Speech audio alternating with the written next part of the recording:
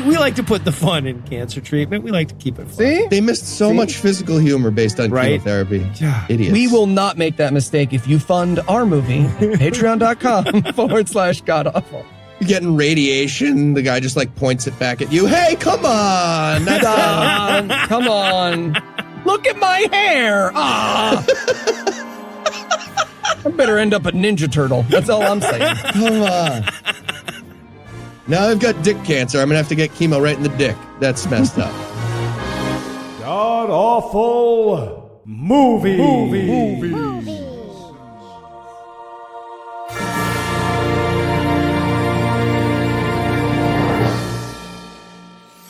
Welcome back to the GAM cast, where each week we sample another selection from Christian cinema without a net. I'm your host, Noah Lugeons, and sitting 700 miles to my immediate left is my good friend Heath Enright. Heath, welcome back. Thanks, Noah. So, you know what app I'm going to invent? No, I don't. Tinder for oncology wards. It's going to be fun. It's going to be a good app. Leukemia. Oh, nice. Go, Nice. Yeah, you were watching this movie and seeing opportunities. That's scary.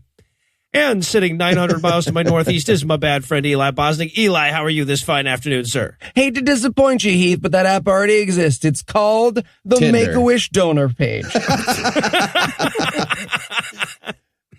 I guess you could just use Tinder or Grindr while you're at the ward, too. Yeah, they can't stop you. Can't stop you. And they're not going more than 100 feet, right? You get that little location thing in Grindr. You know which chemo patient you're talking about. It's like a metal detector. It's the best. All right, so we're already 9 cancer jokes in before we've given it any context at all. So tell us, Heath, please, what will we be breaking down today? We watched cancer. Yeah, we watched a movie. It's about cancer. It's called My First Miracle. And it's the story of how God's not a big fan of single-payer socialized medicine. It's not enough incentive to be a rich person at that point, I guess, in God's opinion. And he gives cancer to kids, just to be sure nobody misses that point. So, yeah, God's a Deplorable, the movie. That's what we watched. Well, what's he supposed to do? FedEx his miracles, Heath? Get woke. Get well. And Eli, how deplorable was this movie? Well, if you loved Fault in Our Stars, but you didn't read it because Mother says the devil children touched their bits, you will love them. It's Our Fault, the movie. It's just... All right, so, okay, I have to ask, would either of you been at all surprised if halfway through this movie, the writer and director snuck into your house with a knife and an onion? I wouldn't be surprised if the creature people saw in Bird Box was this movie. If you told me there was a reel of deleted footage of just a guy wheeling around a TV with My First Miracle, people blowing their heads off, I'd be like, Bird Box makes so much sense now. All right, so is there anything you guys want to nominate this one for being the best at being the worst at? Yeah, I'm going to go with best worst content warning. Again, from the Dove Foundation. These are my fucking favorite. I feel like this movie was a little edgy for the Dove Foundation. It was very edgy for the Dove Foundation. First of all, one of the warnings was sex, young man and woman kiss. Also, nudity, woman in nightgown in bed, semicolon, mild cleavage. Okay. So, nudity, that was under nudity. And that means they had a guy with a tape measure on his screen checking the length of cleavage of a 17-year-old girl and warning us about it. I want to see his reference chart. I would love to see his materials. And also, there was a warning about language. They count for you the language fouls. We had butt, 1, sucks, 1, crap, 1, stupid 1. A young man calls himself an idiot. That's a warning. Also, G/OMG 6. They won't write out God or oh my God. But there were 6 of those. Also, H1, I'm assuming hell was said once. They wouldn't write that out either. G's, Geez 2. What? Yep. G's and pissed 1, but pissed has an asterisk instead of the letter I. They couldn't type the word pissed because their content warning would then need a content warning. And it took them a while to figure out the infinite regress problem on that. Eventually, they were like, no, we have to put a fucking star. Because this is crazy. This is getting crazy. It never stops clicking. They have to keep doing it. Here's the crazy thing. You know, some guy finished writing that content warning and then got on Twitter to call someone a snowflake. My president's just locker room talking, so I got to finish my work for the Dove Foundation. Nope, too close. Motherfucker, really? Yeah. All right, so I had best worst criminal backstory. Okay, so there's this and this is such a trope of a fucking character, but there's this character, this homeless guy who has a mysterious criminal background, and he's like running from the cops, and then eventually you find out what it does, and it's like one step above mattress tag removal. It's the best. Also, they can't decide why he's homeless. We'll get to it because we have to talk about this entire fucking movie. But like, maybe he has schizophrenia. Did he murder a person? It's like there were two fighting scriptwriters in the script, yes. And the other one just kept being like, "I'm sorry, did I say I murdered him? Because that would be stupid, Alan." And Eli, do you have any best worsts? So this is odd. I'm going to go with best worst vomiting. So someone told the dueling writers of this film that vomiting is a part of chemo. So this poor actress, who is actually fairly talented, someone filled her mouth with peanut butter at 9 random times throughout this filming and was like, quick, spit it out against the window. That's what vomiting looks like. I feel like no one involved with this film has ever vomited. She just gently leans over to a spittoon. Also, that's crazy, too. You wouldn't, spit the peanut butter out. That's not that's good peanut butter technique. I'm going to eat that. All right. Well, if we talk about this for too long, we're going to think better of reviewing it. So we're going to keep the break brief here. And when we come back, we'll dive into all the schlock that is My First Miracle.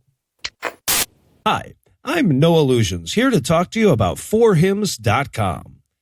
Noah, sorry to interrupt, but I don't think anyone we know or who listens to this show is going to need 4hymns.com. Hey, guys, what's up? What do you think of my hat? You like it? It's a pirate hat. Why are you wearing it? Yup. So, yeah, you like it? Pirate hat. See, no one we know needs. Look, Eli, 66% of men lose their hair by the age of 35. A lot of guys turn to weird solutions or do nothing when they can turn to medicine and science. Medicine and science? Maybe a glow-in-the-dark shirt? I was thinking glow-in-the-dark shirt. And science, a.k.a. Cool. 4hymns.com, a one-stop shop for hair loss, skincare, sexual wellness for men. They offer well-known generic equivalents to name-brand prescriptions to help you keep your hair. What if I started talking in an accent? Like this? Huh? Accent? Right?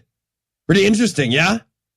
Like this? What glow-in-the-dark shirt? So wait, don't you have to go to a doctor or something to get the... That's the great thing, Eli. With 4hymns.com, there's no waiting room, no awkward in-person doctor visits, just a few quick questions. A doctor will review it and can prescribe what you need. Then the products are shipped directly to your door. I could buy a motorcycle, right? Or 2. I could get 2 motorcycles. I'd be 2 motorcycle guy, right?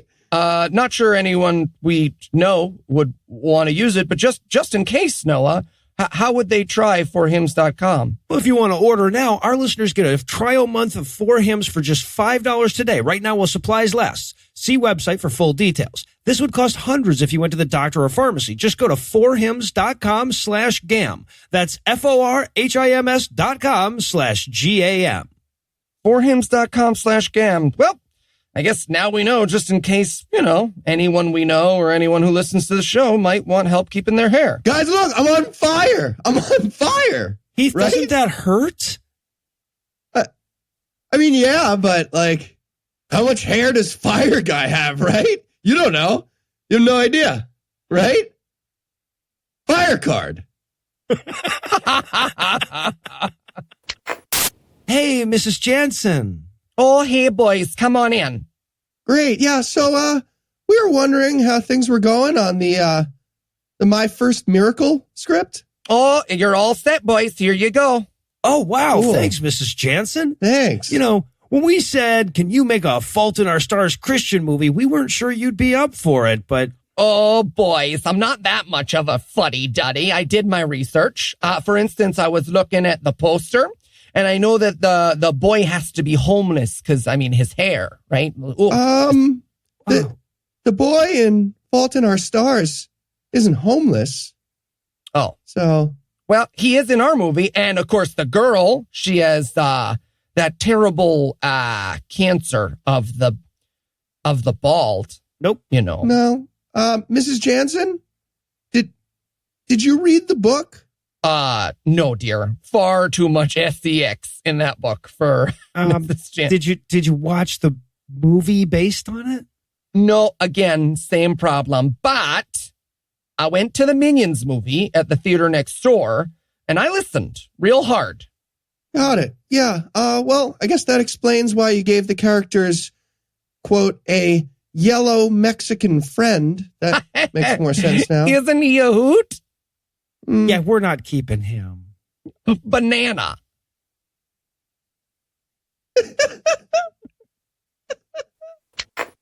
And we're back for the breakdown. And before the movie even starts, we've got a series of subpar production logos saying in no uncertain terms, don't get your hopes up.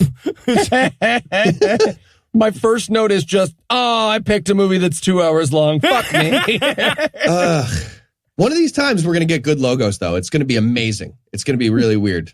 I'm excited. Yeah, but instead we get Vision Films. Oh, wow, it's an entendre and a half. We get Yale Productions. Gee, I wonder if they're affiliated with the school. No? And then we open the movie on a guy on the street playing cello, like a homeless guy playing a cello. Yes, one of the famous homeless cello players. Ain't no place to sleep tonight, just me and my $500 instrument minimum. Bare minimum, assuming that it's not even a little nice. Yeah. In this case. Cello's a weird pick for the homeless guy. Yes, it's not a very He's got like a one. 50-piece drum set just in a circle. All right, man. Like, learn the violin, sell down that enormous piece of wood. Jesus. Play the ukulele, man. Come on. It's going to be so easy. And also, I find this really interesting, okay, because a lot of this movie, this movie's not really about this homeless guy with a cello, but he appears over and over again in this film. So maybe you would think they would open the credits with cello music, right? But instead, we're seeing a guy play cello and we're hearing a shitty piano riff. Ooh, Noah, I don't want to be that guy. We are not seeing someone play cello. We are seeing someone, I assume, trying to saw through a cello. No, you just have the stationary finger up top and you go back and forth with the little bow. No, I get it. All right. The sound that must have made would be like, raw. But they could have got a cellist to play and then just, okay. There are ways around this shit. We've seen this done before. All right. So now our narrator cuts in to tell us that she's a 17-year-old girl and she's never really been in love. And a lot of people would say, who gives a shit? But she's dying, which lowers the stakes on this, really. I mean, it matters even less. It's not like she's going to be depressed at 21 because she never had a boyfriend or anything. But anyway, so she's dying. She's 17. She's never been in love. And oh, by the way, she's drop dead gorgeous, too. Yes, yeah, she definitely is. And they're trying to hide this beautiful actress behind her, like, winter gear and her cancer, I guess. Yeah. Uh-huh. So I was like, oh, she's about to get, like, she's all thatted, but it's fucking stupid because like she pulls a pencil out of her hair and a tumor out of her brain and then, like, shakes out the hair that's missing and then, oh, this is stupid. Okay, forget it. But yeah, no, she's beautiful. Absolutely beautiful. The whole movie tries to pretend the fact that her head is shaved makes her, like, horrifying because she's so ashamed of it. But, like, every time she's just like, I feel like someone in hair and makeup was like, huh? How about this horrific beast? Look at that. Yeah, fuck you. Hairless is beautiful. This movie is racist. The whole movie was a real attack on Heath and I. All right. And so in addition to meeting her, we're also going to meet asshole homeless guy. Okay, so we have cello homeless guy, and then we have asshole homeless guy, Sean. And Sean shows up to just be the worst goddamn person there is. Okay, I did fucking street performance before. I was a busker. The worst possible thing that can happen to you is this fucking guy shows up. Right? I'm sorry. The worst thing that can happen to you is a fucking half-drunk preacher man shows up. But the second worst is this guy shows up. Some homeless guy shows up and starts trying to fucking run people like, hey, give this guy money, huh? Huh? Fuck you. The worst possible. And also, like, the wonderful thing about this movie, right? One of the truly wonderful things about this movie is the opportunity to see Fault in Our Stars, which is already super fucking stupid, through an even dumber lens, right? Because like Fault in Our Stars, I don't know who whispered this through a wall to whatever Dove, reviewer wrote this movie. They were like, it's a mischievous boy. And the Dove Christian movie version of a mischievous boy is homeless man who goes around robbing and bothering people in that order. Yep. Yeah, right. We see him pick a pocket on the way in here as well. All right. So he shows up there to drum up some business for the cello player. And just then narrator girl shows up and she's like, hi, all I have to give you is this quarter, but your music is beautiful. And he freezes like when a pretty girl flirts with Heath. It's this crazy, awkward moment where he's just staring at her like his hands are moving under his clothes or something. It was cold. It was cold outside. That was unrelated. You don't know. I'm often in cold places. That's how it happens. Yeah, so she and then asshole homeless guy Sean gives her some shit for only giving a quarter, but then he takes the fucking quarter. Yes. He's the worst. He's the absolute worst. Also, visually, I'm going to say he looks like every drug dealer's sidekick guy on the couch, dude. That sucks. Has my to talk goodness, to you yes. while you're fucking just like, you know what the real story? No. Whatever. Nope. Whatever the real story you think you're about to tell me? No, absolutely not. Do not tell me that. Okay, but the Fed's not a Ponzi scheme. I will fucking stab you. I know for a fact he hired you because you were the only person he knows that owns a bike. But I'm here now, so the whole point of coming here was to not see you. Yeah, okay, so she leaves, and the cello guy's going to pack up and leave. But before he does, he gives a coat to asshole homeless guy. It's the man. He's like, do you have anything in light blue? I'm not a green guy. Can I maybe get your extremely well-tailored corduroy jacket that you're wearing? That really, really nice pea coat that cost hundreds of dollars? Hey, that comes around, though. That makes sense later. But yeah. I feel for this actor, for the guy playing the cello player, because his assignment was to angrily offer this guy a thicker coat, right? I feel like he did the best you could do with that. But I wanted him in other jobs, though. Like he's working at Men's Warehouse. Get over here. We love the way you'll feel. Come here. Guarantee it. All right. So now we're done with them. We head over to a construction site where the bulldozer operator has nodded off on the job. Okay. I'm going to save everyone a tremendous amount of time. This is Cancer Girl's dad, right? And this is supposed to be about how he loses his job. He doesn't lose it in this scene. Don't worry, it's a 2-hour movie. He won't lose his job for a while. But they could have picked him doing any job where he falls asleep and he gets fired from. The only task they had for this scene was not to pick a job where his sleepiness endangered the life and safety of hundreds of people. That was your only job as a screener. I'm a bomb diffuser for the U.S. government.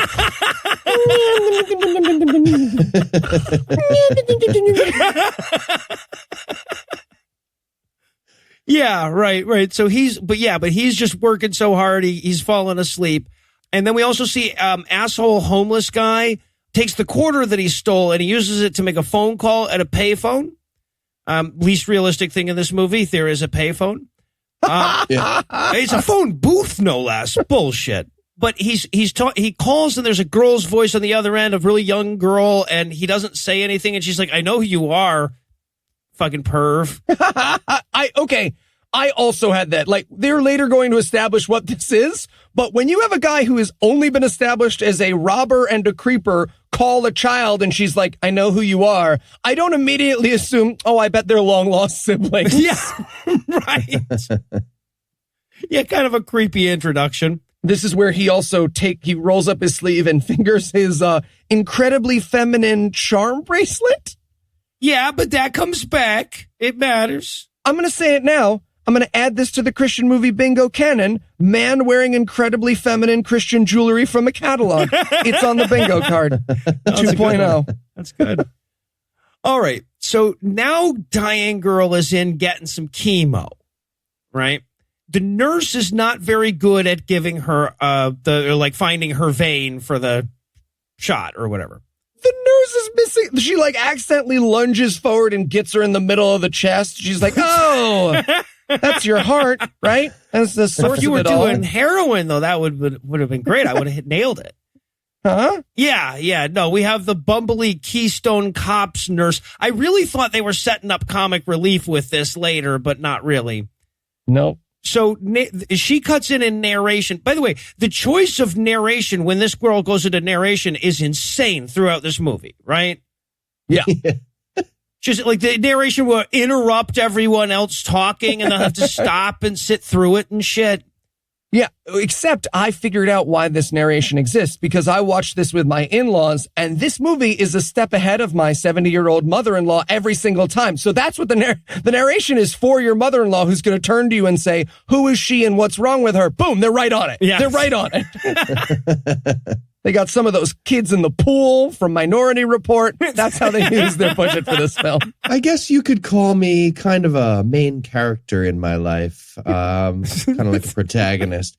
Yeah. And the VO, she's being weirdly passive aggressive about what she said. She's talking about like I know she's dying of cancer, but still I was pissed. Like how are you supposed to treat people dying of cancer? The same? She's like complaining that I don't know.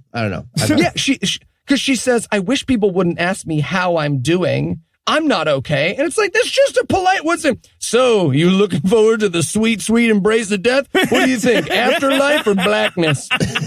Go on, sit in that chair. I'm going to poison most of your body. Cool. Yeah. I normally make jokes about cancer with the average person. Should we do that together? Or no, you want to be treated differently. Okay, got it. All right. Yeah, but we learn here that she has super cancer and her mom is off to work and she works too much. And Angelica, the main character here with the cancer, sure doesn't like doing chemo. This is also where we meet Tommy, the cancer boy. Yep. The little black boy that really looks forward to chemo because it allows him to flirt with hot cancer girl. I get it. I might I might take a little chemo to get a chance to talk to Angelica. Kind of cancer do I have? Oh, it's in my chair. Face. What? Nope. Yeah. And Tommy has a head full of stubble, by the way. They just shaved his head. That's not how that works. Like, at that point, I was like, oh, if he's faking cancer, this actually would be a great movie. Like, Eli, I think you got a good, like, that's a great premise for a movie. But no, they're just stupid. And they were like, yeah, shaved head. That's what happens. Everybody shaves their head when they get cancer for fun. Yeah.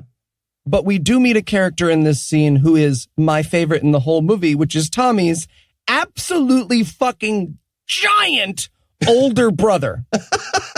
Look, I have roast jokes about this actor, but there's a chance he might find me and eat my house, so I am not going to say any of them on the air. This is the largest human I've ever seen. I had him down as Black Hodor. And no one in the movie goes, hey man, you're fucking huge. No one at any point in the movie makes an attempt to be like, you're 90 feet tall. He is impossible. There's no way. Big Brother, this guy is 0% related to this kid. Like, oh yeah, the little kid Tommy looks like Pete Davidson, just like a very accurate like 10-year-old Pete Davidson. There's no way Pete Davidson is related to the entire Dallas Cowboys offensive line from the 90s as a single person. He No looks way. like the demon that eats all of Slender Man's food. Like they all go to the same demon lunchroom. And so now we meet him and we learn that, he can barely afford his little brother's chemo, but he's trying super hard. He's working super hard at it. Yeah, I'm afraid your credit card has been declined, so we're not going to give your little brother chemo today. Movie stakes that won't make sense in 50 years, I hope. Yeah.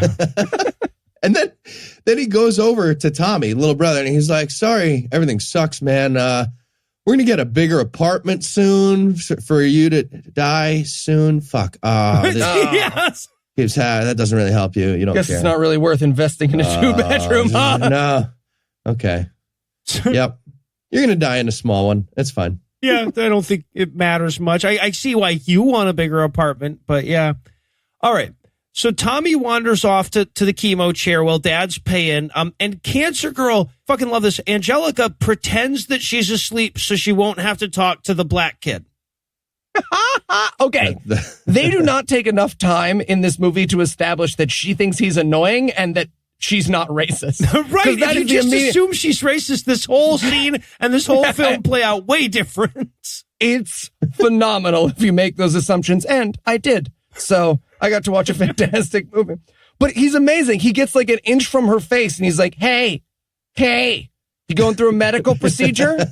Hey, medical? I'm peeling open your eyelid. Hey. Hey. I just wanted her to projectile vomit right in his mouth. Like, yeah, I'm getting chemo. I am awake now. There. Great. Yeah, I just, and at this point, my notes were just, wow, is this movie's runtime arrogant? And then the end of the scene here, does the camera get dropped and left on for like a solid minute? Oh, you're talking about that weird, that pan down to the feet thing that they do? Yep. Forever. Yeah. They pan down to their feet and then they stay on it for 28 seconds, which in movie time is forever. Like, I was pushed the pause button and then pushed it again, and I was like, I don't know if it's paused or unpaused. Yeah, no. I live in this forever. That's when I wrote that thing about the goddamn runtime, because I'm looking at it, it's like, wow, if you guys have 4.5 minutes to spare for these people's feed, I don't think you need an hour and 51 minutes of my life, okay? Yeah. We also get Shitty Nurse again for a little bit. Yep. She comes over, and we also get just like this movie's general knowledge about cancer, because first of all, I don't think chemo attacks only the hair under your scarf area. I don't think that's how that works. But also, she comes over and she like adjusts Tommy's chemo feed or whatever. And did she hook it up to his dick? So like, I'm pretty sure that's what happened. Like, he's got dick cancer, and they think like, the chemo goes right to your dick. If you have dick cancer, you just plug it in wherever it is. Just poke it in the cancer area, and then poison lung cancer. She just would have put a mask full of chemo on him. She just gives you a chemo cigarette. I feel like I would have noticed if she stuck chemo in his dick in this scene. I guess I wasn't. Maybe I was looking down and writing notes at that moment. I noticed. Yeah, very, very clearly. 2 notices. Thank you. All right, so now pay a little more attention to the dicks and the chemo now. Pay more Take attention it seriously. to the 12-year-old. Take the movie penis. seriously. All right, so now Angelica is riding home from the hospital when Dad almost hits Sean, the asshole homeless guy from earlier. Oh, classic. Classic meet cute when you do a slip and fall in front of her dad's car. I mean, we've all been there. Yeah. Okay, so first of all, I want to say this is all a ploy to pick Dad's pockets. And I've got to say, if you're trying to pick the pocket of a man who is in a moving automobile that you aren't in, I'm impressed with your ambition, at the very least. Just him coming up with his plan. He's like, cars equal people with money equal stand in front of car equal profit. Yeah. Acme Dynamite. Got it. Yeah, right, exactly. Well, and what a shame it would have been if Dad didn't keep his wallet in his front left coat pocket. You might as well hand it to him. Here you go, kiddo. Yeah, I always waving it around. I almost dropped my wallet. Let's all juggle our wallets together. Cool. All right, we're done. So make sure I get mine back now. There's yours. The same thing. Don't look at it. Great. Right. So Dad jumps out and yells at him, and he picks Dad's pocket, and then he goes to walk away from the scene of the crime, but he notices that Dad has a hot cancer girl in the back seat, and he's like, "Hey, baby, you die here often?" Or don't I know you from the cold open? I think. Remember? I just robbed your dad. And then, of course, before they can pull away, she vomits. Well, yeah, peanut butter or something. I feel like they could have got more humor out of the vomiting in this movie. You know what I mean? Like, vomiting's funny. That's funny stuff. It's a good comedy setup, if nothing else. This is chemo vomit, so, depending on your sense of humor. But it's vomit. That's funny. Like, she could have, gone for the window right as Dad closes the window. There's a big splash everywhere. Like, it's physical comedy. Like, there's a lot of later on in the movie, they do their first kiss. She vomits into his mouth. I get it. They go to a drive-through. There's a lot of applications. I'm just saying, comedy humor is just it's a well. Yeah, call us Dove Foundation. Idiots. All right, and then we cut to this is a weird little turn. We cut to a little girl writing a letter to her older brother, asshole homeless guy Sean. Right. Right. She's going to put it under her bed, so this letter is explicitly just for exposition.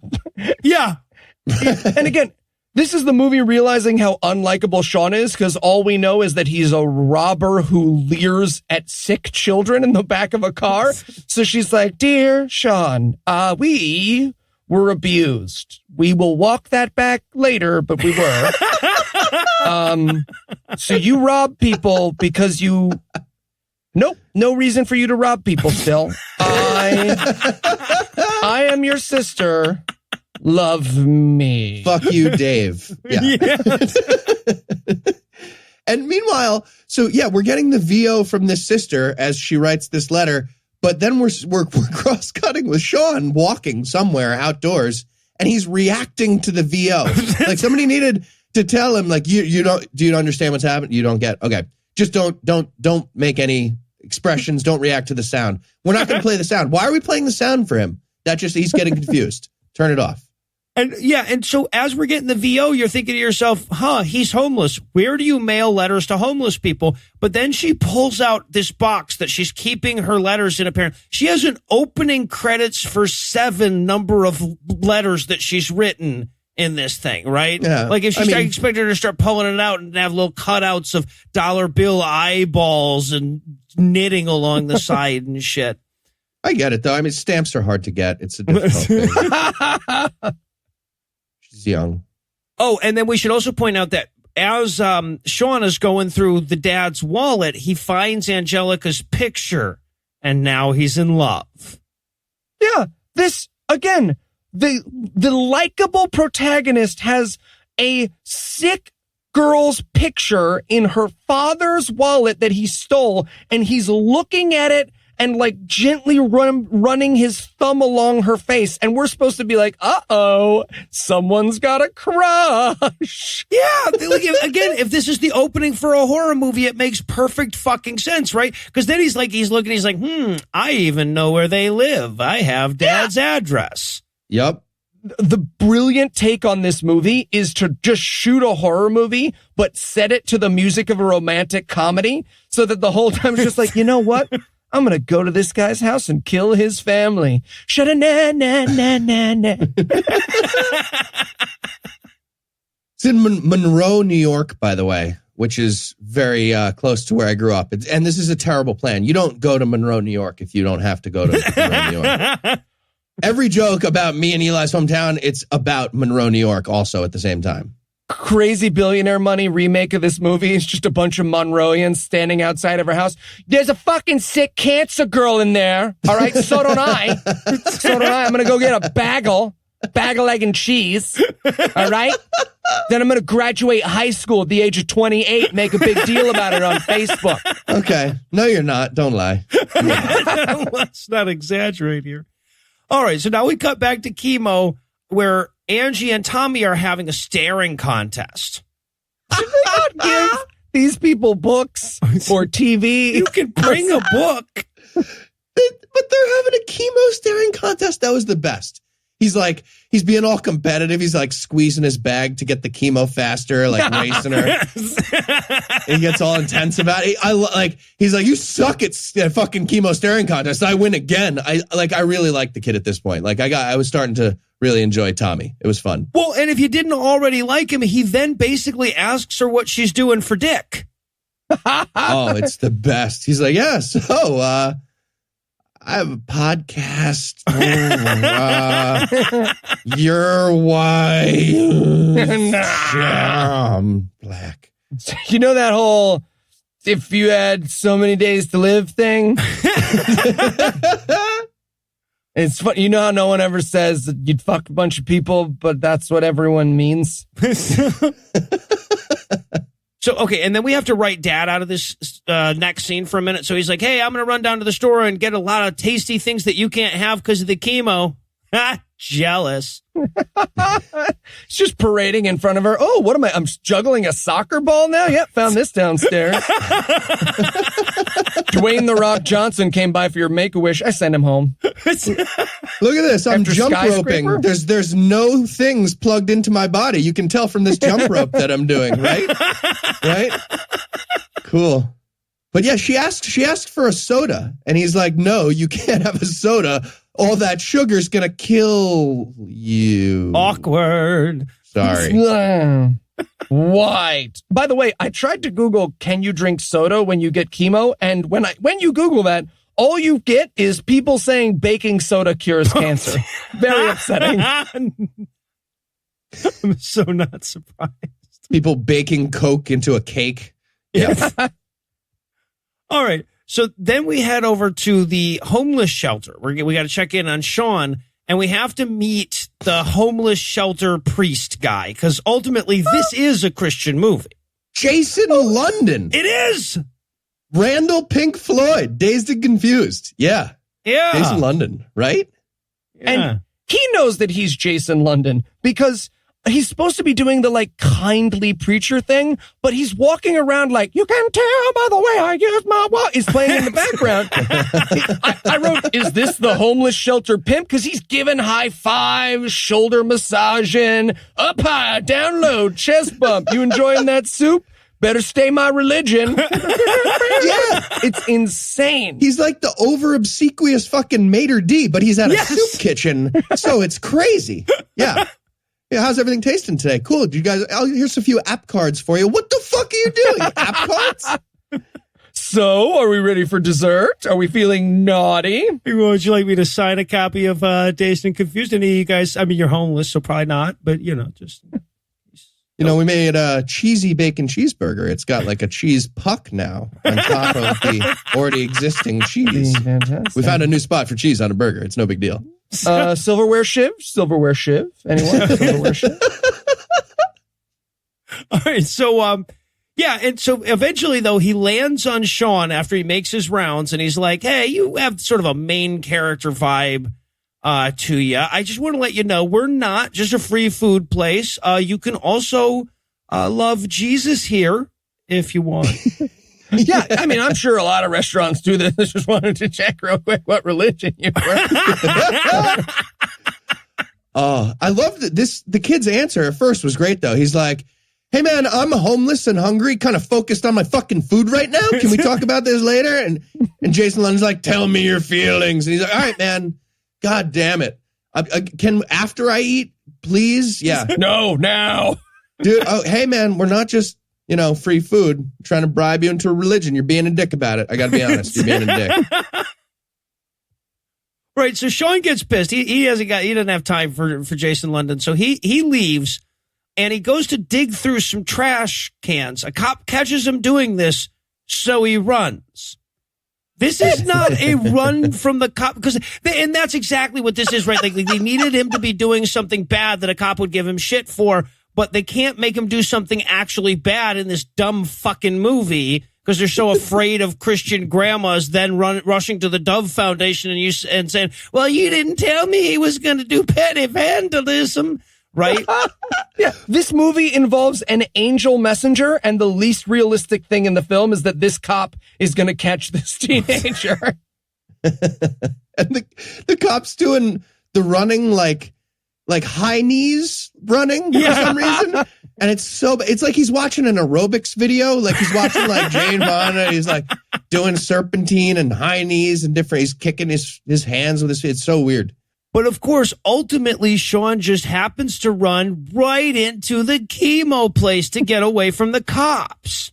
He sees Angelica and he stops like a cartoon character smelling a pie. It could not.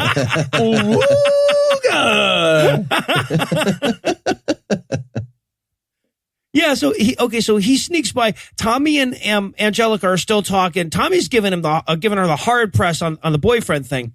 But then Sean walks by and Angie's like, "Oh my God, that's that hot homeless guy that flirted with me after he stole my dad's wallet." Yep. And then Tommy amps it up even further because he's the best. He's getting like competitive at this point. So he's like, "All right, some other dude in the picture now. All right, we're going to full court press. So everybody raise your hand if you're not getting any dick. All right, great. Keep them up. Now, everybody raise your hand if you have dick to spare. Wow, look at us both. Crazy. All hand raisy together. What? All right, so yeah, Sean walks by, and then the cop comes looking for him, like comes right behind him, and I guess Angelica doesn't want to like sell him out, so her and Tommy cancer it up so the cop will leave him alone. Right, but the cop stops and he's like, "Hey, either of you kids faking cancer to cover up for a hooligan? Put trash on the ground." And they're Well, like, I've been in pursuit. cancer, snore, cancer, snore. So like, here's the thing though, like if they had fun-looking cancer, the cop would have interrogated these two kids in the chemo ward. Like if they were like, "Wee, cancer," having like a splash fight with chemo bags, he's going to grill him at that point. It's a weird distinction. Something tells me I'm into something good. They got super soakers full of chemo liquid having a squirt gun fight.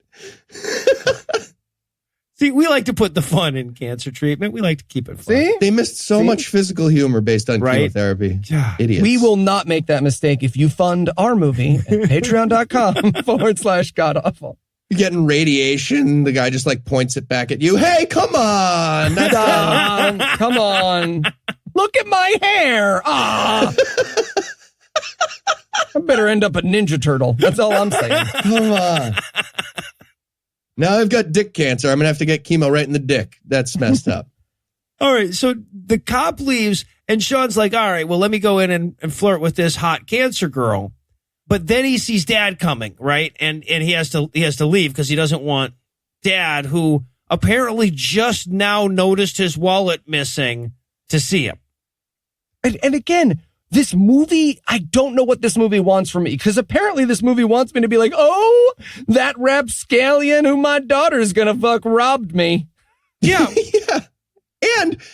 And Angelica is clearly responding well to this fucking homeless pickpocket. She has a crush now. Yeah. Like now there's like a weird love triangle. It's like a Midsummer Night's Dream. They really nailed it, actually, now that I think about it. This is good writing. The only thing we needed for this movie to be more painful is like interstitial shots of high school Eli and high school Heath being nice to girls who call them their best friend. And then this whole movie is just a personal attack. Brought you these flowers because you were so sad about him breaking up with you. That's so sweet of you. Oh, side hug. This Cool. is good. I'm going to put them right in my friend pile of flowers. Oh, you have a Wow, friend? You have such a friend big pile. There's not enough room there. Let me just put it somewhere else. No, I'm going to put it in the friend pile. Cool. It's okay. I'll go home and learn my lines from Fiddler on the Roof. I'm It's all scared. going to pay off when I meet Josh Gad one day. I'm going to go learn the trumpet part to Fiddler on the Roof. I'm afraid to go on stage. I'm in the pit. Do you want to be in the pit orchestra? Nah, stupid. Okay. Sorry. You don't play an instrument. All right, so now we have to check back in with Cello Bum. He is having a car crash flashback. Drowsy driving PTSD. Yep. And he's gonna need some more alcohol to get him through the night. So he goes to get some more alcohol. Now, I want to admit, this was close to my best worst for the movie is best worst understanding of what alcohol does to a human. He buys what I believe is a tall boy. Yeah, he gets a tall boy of terrible beer, like Lone Star, something bad. Yeah. And he gets heroin mixed with codeine level shit. Is that a Zima? There's 20 ounces of it. It's 20 fucking ounces. More than a pint. I need another Four Loko, please. Please, just to make the shaking stop. Also, get an Irish coffee or something. It's freezing out. You're getting a beer? That's weird. Yeah, right? All right. So now Dad's getting home from work or something, and boy, are those bills piling up. Now, this movie seems to think that when you go into debt, it just means a larger, like, physical number of bills show up in your mailbox. Right. But you can fix that if you block the next one. Yeah, so right. If you leave the old bills in, they can't get the new ones. That's clearly his plan. He's like, I'm just going to leave my mailbox full. Fuck them. They can't even get it to me. I didn't get that next bill. Postman shows up at Debt Incorporated. I'm sorry. This one didn't fit in the mailbox. Curses! Fine, you can keep the car. Yeah. This is Donald Trump's plan for the economy, too, I'm pretty sure. Yeah, right. Exactly. All right, so then he goes to crawl into bed with his wife. Now, there's this weird exchange where she's like, oh, my God, you smell really bad. Can you go take a shower? And he's like, nope. Yeah. This felt, I don't know. I had a little soft spot. She's like, dude, seriously, take a fucking shower. And honestly, like, that was the extent of a breakup text I once got. Like, it was just that. We're done. Okay. So, okay. I mean, understand. If we're broken up, why do you care that I take a shower? Just so you know, I'm not going to take a shower because you hurt my feelings just now when you told me. No, for spite. No. There you go. I'll take a shower when I want to. Yeah. I don't know. I'm not going to want to for a while, but that's not the point. I'm not even itchy yet. Why? Okay, well, I'm a little itchy, but like I like it. I like a medium itchy. Yeah. All right, but they have a fight, and then they start arguing about who's going to take the kid to chemo. Classic shenanigans. Yeah. But eventually they settle on Mom's going to have to drop her off at chemo and leave her there all by herself for the whole 4 hours with nobody but her and a trained staff of experts that can help her. Well, yeah. Would we call this staff trained? Well, yeah, right. No, she gets back there and the bumbling ass nurse comes back and trips over and dumps a bunch of medicines into her mouth by accident and shit. I really wanted this to keep scaling up throughout the movie.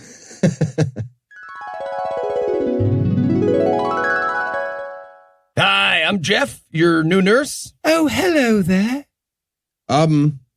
What happened to Nurse Stebbins? She's the normal nurse. She was in a bicycle accident. Now, let's find your blood tube. Do you mean vein? Whoa! Didn't realize I was dealing with a couple of experts here. Ow! All right. Ow! Sorry, hey, tough to find. You're stabbing her in the leg. That's different than normal. Right. My bad. Here we go. Got it now. Oh, it's still me. Sorry. Okay. Yeah. We just now we turn the bag of chemo on. Not what it's called. No. And, when this is all drunk, your cancer will be gone. Also, no. Nope. Okay. If you guys need me, just give me a ring. I am Jeff. Don't help me.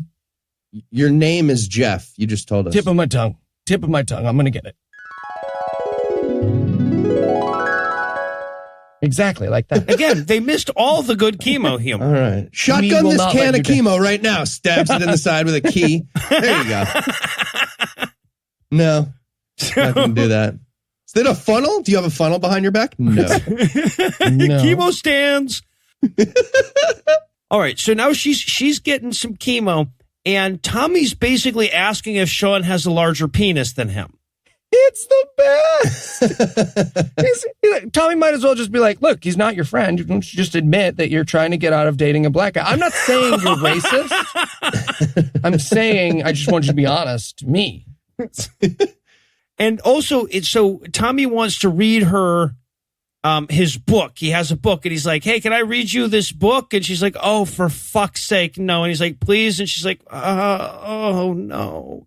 What's best is she goes, I don't want to read a kid's book. And he's like, no, it's an adult book. There's fucking in here and murder. And it's, yes, Virginia, there is a Santa Claus. And I really wanted to see Tommy adding like adult themes. And, let me tell you, Virginia, you cunt, there is a Santa Claus. She said as he did heroin. It's not just about Santa Claus. Let me keep reading. I got, all right. Anastasia Steele loved a good ankle spreader is in this book.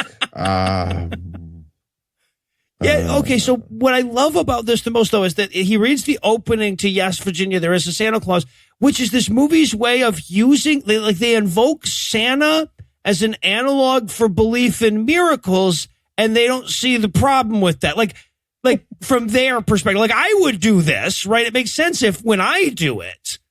Yeah, which also, this movie is where we reach the echelon of we are quite literally just short of eye-eating parasites being the example of God existing in a Christian movie, right? Kids, yeah. We've now had kids with cancer who believe in God, the movie. We just need eye-eating parasites who believe in God, the movie. Also, did it not get really racist at this point, too? When he tries to explain where he got the book, it's from his brother, right? And it doesn't matter that it's the kid's black who's saying this, but it was so racist anyway. He's like, yeah, it's my brother's book. He's an enormous black guy who's not stupid, crazy, right? Yeah, right. He does weirdly do an exposition. He's like, my brother's actually very smart. He ate that chair because it was red. That's not him. Most food is red. He's studying to be a doctor. We actually learned that the big brother's supposed to become a doctor. And also owns an anti-skepticism themed book about Santa Claus truthers. Yeah. Just to be clear, that's what that book is about. Yeah, it really is. Okay, and so then in walks Sean looking all swanky, and it forces you to ask, like, what does a homeless guy do before he goes to meet up with a chick? Right? So he walks in, and Tommy is immediately on the offensive. He's like, wow, you smell bad with the homelessness. You smell homeless. And she actually says it, too. She's like, yeah, I mean, you do smell. And he's like, rude. Here I am, courting. And you point out how urine-soaked I am. Madam, I would like my calling card back.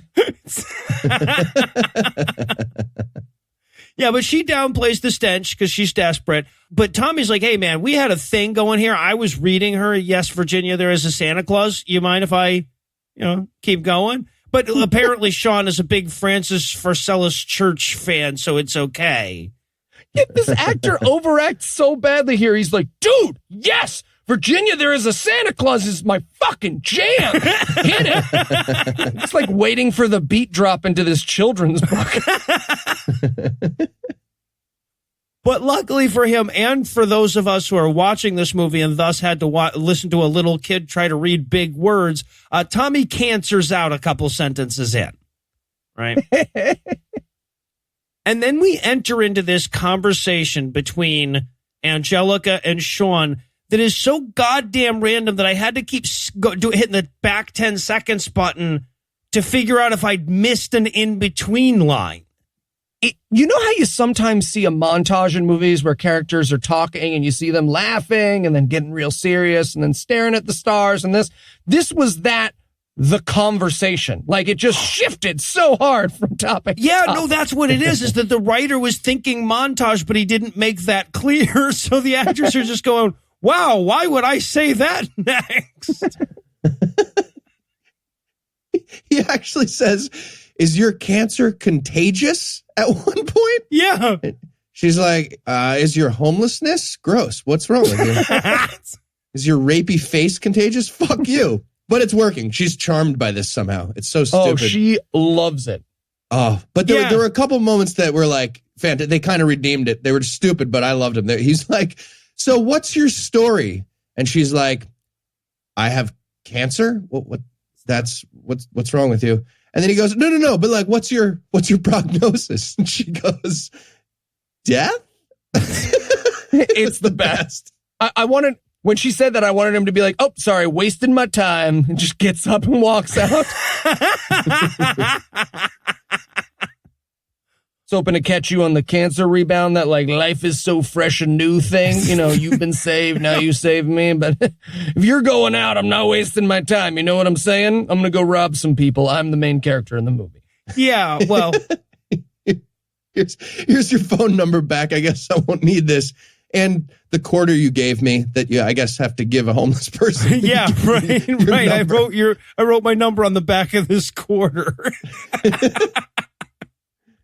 But instead, he gives her the wallet that he stole from her dad. You know, he's like, "Hey, also, I stole your dad's wallet here." I'm good. I'm the protagonist now that I've given this back. They might as well have Angelica say, "Man, you sure are redeemed now." Yeah, right. Right. But instead, they actually start talking about how bad the dialogue they're presently having is. Like this self-aware moment from the writer where he's just like, you know, this sucks. Yeah. Because he's like, so what do you do when you're not in chemo? And she's like, literally, we did not write that. Nothing. Zero things. I have zero other interests. Also, there's this moment that, I mean, I can see where they're going, but this actor is so fucking creepy, he can't pull it off, right? So he's trying to tell her she's beautiful even without hair because she keeps trying to cover up her bald head. And it's like he's trying to talk her into showing him her tits, right? Oh, it is horrifying, right? It's very much supposed to be the like, you're beautiful as you are, but he's like, please, I need you to show me your bald head. And man, she really wants to flirt along with him, but no, she gets all cancery. The narrator cuts in aggressively at this moment. Yeah, the moment she starts seizing up, it's like, I couldn't talk now, but don't worry, there's narration. Yes. I'm having a cancer seizure. Yeah. So she cancers out. The nurse comes and he gets the fuck out of there. He's like, yeah, I'm going to get blamed for this, so I better go. But he does leave his charm bracelet there, right? So he's thinking ahead. Yep. The narrator is like, cancer, so embarrassing. What a faux pas. Yeah, that's how they treat it. Yeah. All right. So that night, Mom comes into her room to apologize for missing her big chemo meet, I guess. I set up the GoPro. You want to watch the video together of your chemo? I didn't get to see it. Weird. So yeah, and Mom's like, hey, why is your dad's wallet in your bedroom? And Mom's like, oh, he left it at the hospital. And she's like, okay, I'm just going to accept that, apparently. It's the best. This movie is so sloppily written. She just starts going through her daughter's room. She's like, who gave you that? Is this a lamp? How do lamps work? Is this your pillow? Huh? By the way, I watched this with my in-laws, and at this point, my mother-in-law just said, her head looks so cold. I want to watch all these movies with my in-laws from now on. They are That actually phenomenal. sounds fun.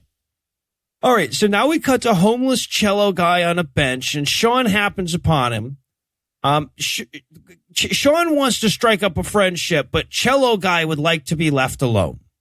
It's the best. And Sean gets super judgy here. He's like, hey, I do not want to be judgmental, but you are drunk, and it is making us homeless people look bad. All right? I thought you were a street cellist, not a lush. I was here to do more hype manning for you. Just so you know.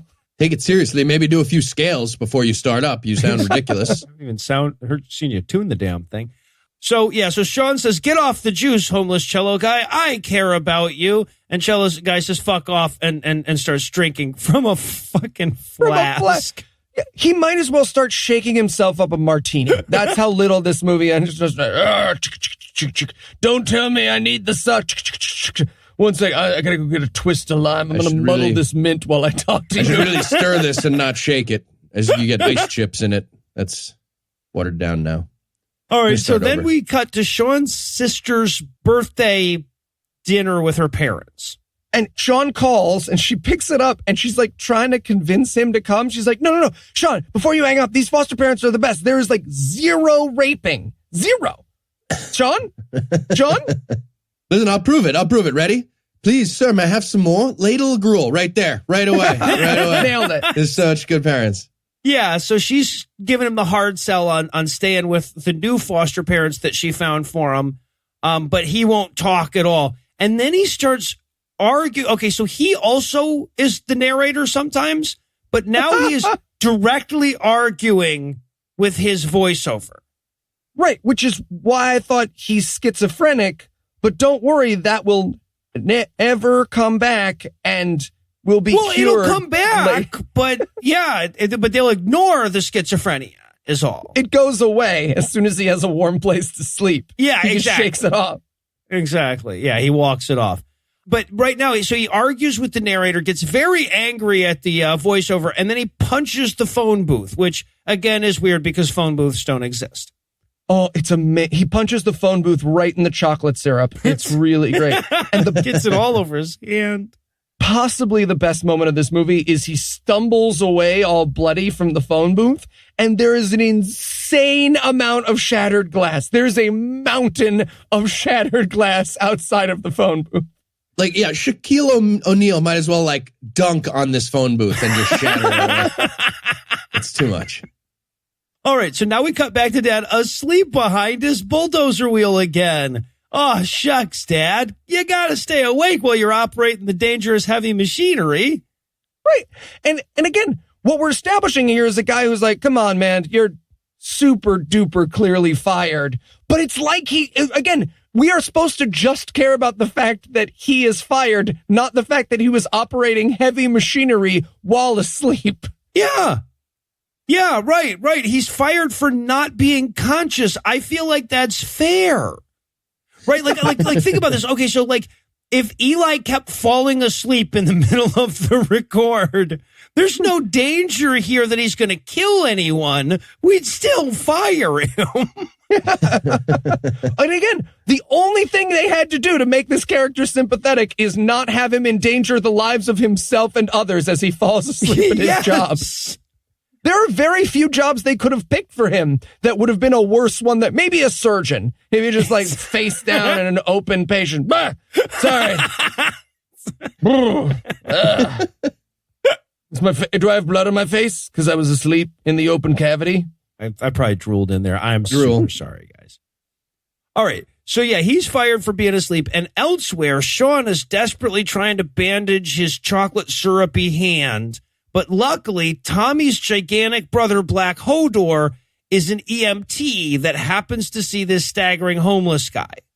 Oh, this scene is incredible because it's the standard EMTs grabs him and patches him up, except this guy is 875 feet wide. So everything is just him being like, I don't fit through the back of an ambulance, so I'm just going to gently toss you like a softball onto the car. It's amazing. All right, so he passes out. He's going to get his hand bandaged up. Dad's going to beg for his job back. And again, this scene is so badly written. He's like, come on, man, you know about my daughter. And his boss is like, don't guilt me with the whole my kid has cancer thing, okay? I hear it every day of the week. Yeah, that sucks. So, I don't know, maybe pray? Did you pray? Actually, as it turns out. All right, so now we go back to Sean getting bandaged up in the ambulance. But, of course, he can't be caught by the EMTs again, damn it. So he hauls ass from the ambulance. Now, just then, the ambulance gets a call, which means that Black Hodor wasn't allowed to chase Sean. He has to go, like, ambulance or something. But I so wanted to see that big motherfucker chase somebody. I was like, I don't really get, like, how bad could it be, ambulance? Oh, in my head, he was like Black Panther sprinter, just like blam, he gets him so fast. It would have been amazing, but no. He's shoving buildings out of the way. Juggernaut, bitch. Yeah, all right. So dad gets home, and damn it, now if the entire mailbox isn't filled with bills, right? Like, because the people writing this movie heard drowning in bills once and didn't realize it was metaphorical. Like they've been ignoring their letter from Hogwarts. But there was a Dunkin' Donuts coupon. I feel like you should have taken that. Yeah, it would have made sense. You're going to want that. You're poor. You're in upstate New York. You need a Dunkin' Donuts coupon. Good. Everybody needs those. They're great. All right. So, then he comes home and him and mom have to have a fight because he just got fired, right? So, but before they get to the fired thing, mom has to give him the, hey, don't worry about the bills. Just have a little faith. Trust us. We will be a Christian movie eventually speech, right? Yeah. He goes, faith is not going to pay these bills. And I wrote in my notes, narrator, faith would, in fact, pay these bills. Yeah, yep. But again, it's this weird, like, he's trying to do the practical side of this conversation, but because it's about cancer, daughter, I want him to be like, look, I'm just trying to be practical. Should we kill and eat our daughter? We save on food. We no longer have our medical costs. I just want to have it all out there. Well, there's an interesting and weird element that gets added to this movie here where, okay, apparently she needs a bone marrow transplant, right? But she's biracial, and therefore it's harder. These are white people that we're looking at, right? Yeah, like, the people her parents don't seem to be of different races. Yeah, what race did they think they were when they made this movie? I was very confused by this. I actually looked it up. Okay, so the mom, she's from Jersey. The mom's an actress from New Jersey, but her last name is Cruz, and I don't think that counts. That's not enough. Was it with a Z or a WS? Because if it's with a Z, it counts. She's like Liz Warren Latino. Yeah, I don't know. She's got like Cuban ancestors from like 10 generations ago. But in the movie, people are like, oh, Cuba, great. We'll get an actress from Spain to be the daughter. Cuba equals Spain. Perfect. Yeah. Biracial. It turns out that that's real. And now I am comedically saddened at the thought of someone walking in being like, hey, how's it going? I came from my Eskimo village for my bone marrow transplant. You all look sad. Why do you all look so sad? Just a half Chinese, half Lao, Eskimo-raised little boy trying to get cured for his cancer. And I didn't know this, that like it is harder to find a match if you're biracial for bone marrow. So at one point I was like, wait, does the transplant list prioritize like purebred human beings? Like, is that what they're saying? And I looked it up. I was like, okay. All right. Flash cut to a big sign, the Richard Spencer Foundation for Bone Marrow. Oh. I get it. It's like universities. Okay. I love to. Okay, so their mom and dad are having this fight, or how can we pay the bills thing? And mom says at one point, she's like, look, we'll get by. We always do. And I'm like, your daughter's going to die. I mean, really? Would you say you're crushing it right now? She's like, I'm sorry, you and me are going to get by, not Angelica, obviously. But I'm talking about us. The people in this room. And of course, this is when he drops the bomb that he got fired. Yeah. To which her response is, just say no. She's like, no, you go back there. And when they say you're fired, you say, no, I'm not fired. And if you go back and forth for a while, then you say, yes, I am fired. They'll switch. And you'll just bulldoze some stuff. What are they going to do? You're not hurting anybody. Yeah, so mom says, go get your fucking job back, you bum. And then we get the little praying montage from Angelica, right? These are weirdest prayers I think we've ever had. It's first we've got the passive aggressive message to God, right? She starts like, gotta tell you, God, you are being awful mysterious. Classic you. So mysterious. You are crushing it. I gotta say, this cancer is a fucking mystery. I mean, seriously. That is good stuff. Yeah, and so as she's praying, we see like mom working hard at her job, also more puking because can't get enough cancer puking. And she also prays for Tommy. She prays for a donor. She prays that like, and this is kind of sad, but she prays that if God's going to kill her, he just go ahead and get it done before she bankrupts her parents.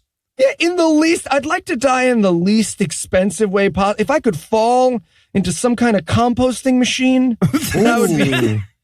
Yeah, perfect. I'd also like to pray for death panels. I think we should have those. Those would be good. That would probably be smart. Something we'll have to do at some point is my guess. Thanks.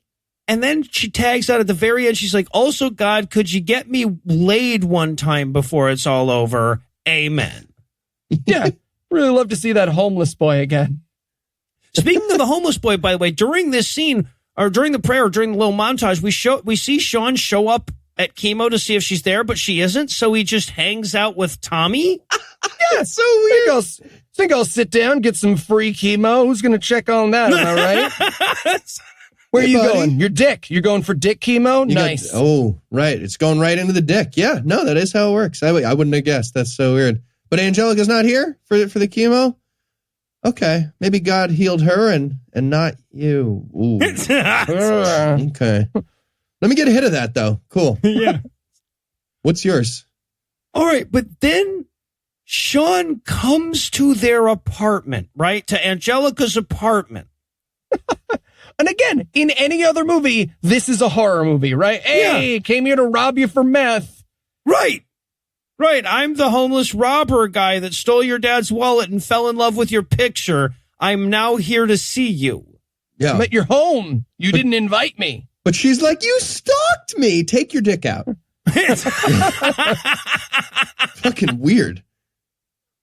But yeah, and okay, but then this is where they like sort of set up a date. She's like, "Hey, if you want to fuck later or something, I'll sneak out." And he's like, "Yeah, I would like to do that." I love how she does it though. She's like, "Yeah, so meet me here later, I guess." Well, not in here in the building. Obviously, you're gross. Where do homeless people meet? Maybe the dumpster behind the building. Yes, the alley. Yes, you said alley. That's what I was going to say too.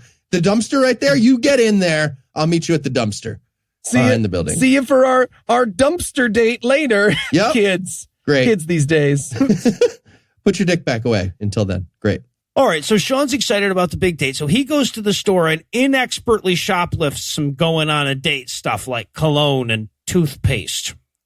I thought we were going to see him get caught or that this was going to affect the plot, but no, it's just an intercut of him doing the worst stealing I've ever seen. Yeah, right. Give me a fucking break. This kid is a pickpocket.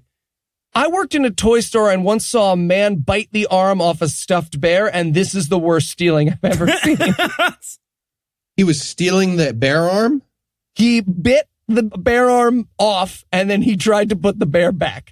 That's a real part of my life. I think about it about 3 times a day, and it's still better than this scene. Did he bite the arm by accident? Or nope. He wanted to eat it. Ripped it off the bear, looked at it like, well, this bear cannot withstand bites, and put it back. This bear's no good. This coin isn't real at all. I'd like to return this bear. I bit it, and it just fell apart. I've been thinking about that guy for like 6 years. Yeah. What was going on? What happened? Because I didn't go over and go like, hey, this is the most important moment of my life. Please discuss this with me. But the assumption, I've thought about this for several hundred hours. My assumption is his kid chews things and he was like, got to make sure I can chew on this. Nope. Failed the chew test. I choose not to purchase this. Oh my God. I'm going to be so happy if he's listening right now. He's like, motherfuck, you've got to be kidding me. That guy saw me do it. If you're listening, please reach out. I have thought about you every day for most of my life. All right, so now we're going to cut back to the homeless shelter. Cello Bum is back on the sauce, and the pastor's very disappointed about that. Okay. Everyone treats this homeless guy's drinking as a disappointing surprise. He's like, really? Really? I thought you were working on a symphony, man. What's going on? And the pastor has a weird, he's like, hey, man, do you have any goss on the male lead? I feel like I only matter to this story in relation to him.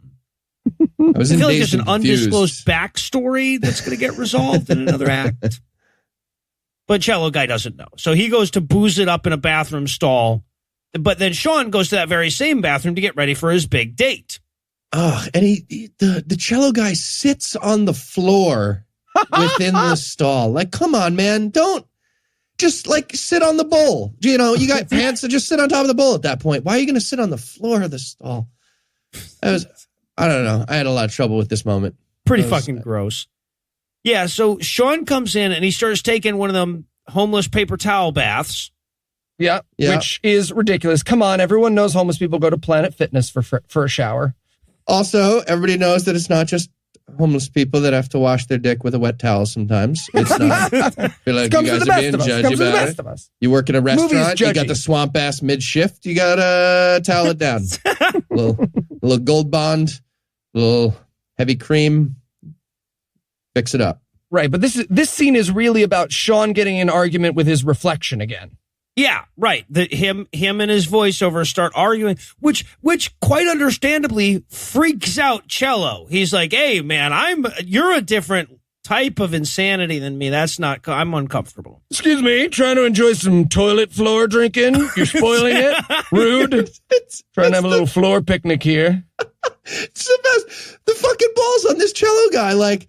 Somehow he reverses the power dynamic of being guy sitting on the floor of a public bathroom stall. Right. Like, it's nearly impossible to have the conversational upper hand when you're sitting on the floor of a public bathroom stall, but he fucking does it. It's amazing.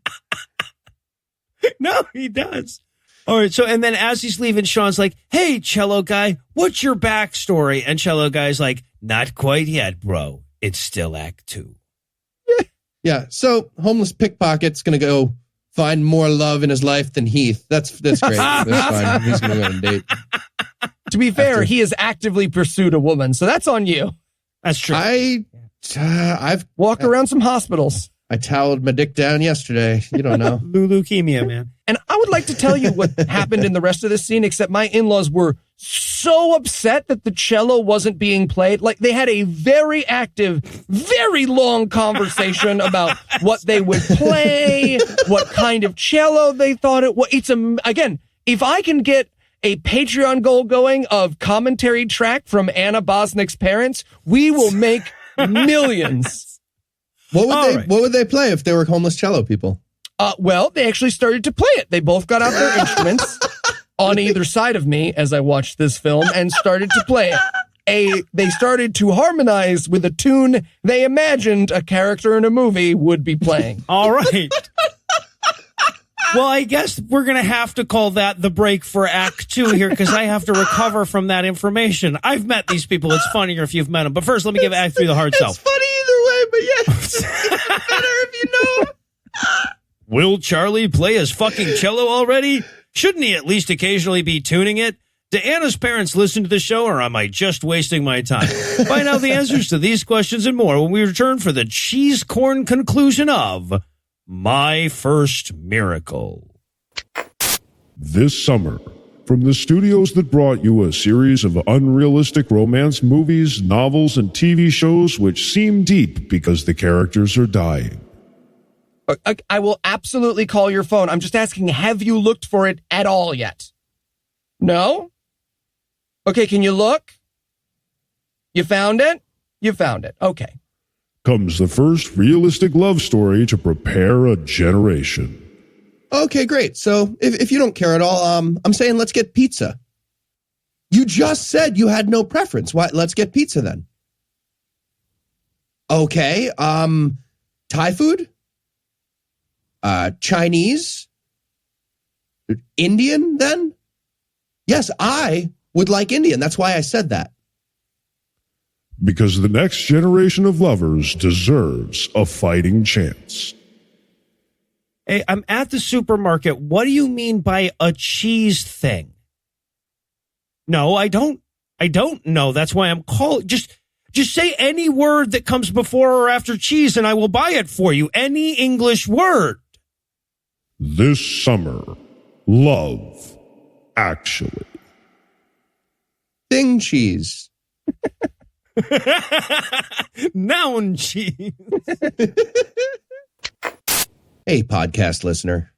You know, at this time of year, people like to take a step back, take stock, and resolve to be better.